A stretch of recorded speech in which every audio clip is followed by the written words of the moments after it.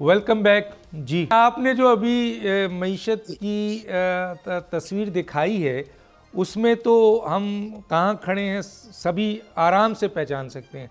उसके ऊपर इस वक्त जबकि मईशत की ये हालात हैं, सियासी जमातें एक नहीं कई सियासी जमातें ये दावा कर रही हैं कि हम 300 यूनिट बिजली का बिल जो है फ्री कर देंगे, और दूसरी तरफ हमारा गर्दशी कर्जा वो भी आप ज़रा हमें बताइए जी।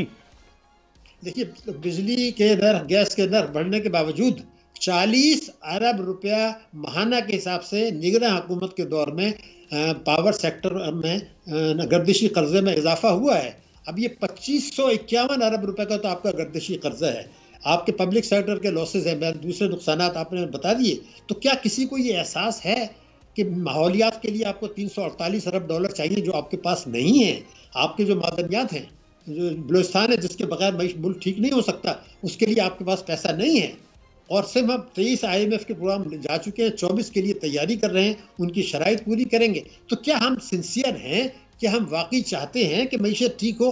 क्या माजी में तमाम 3 बड़ी पार्टियों का मैंने देख लिया है कि उन्होंने कभी अभी अपने मंशूर पर अमल नहीं किया, बल्कि उससे 100% इनराफ किया। 300 यूनिट पे तो तरह से कमेंट्स करें ना, 300 यूनिट जो फ्री कहाँ से देंगे सर?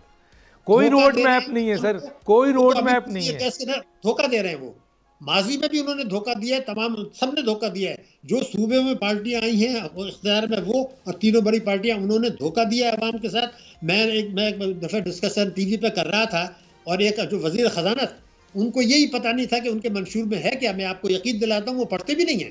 कोई नहीं देने वेने का इरादा, अवाम को बेवकूफ़ बना रहे हैं।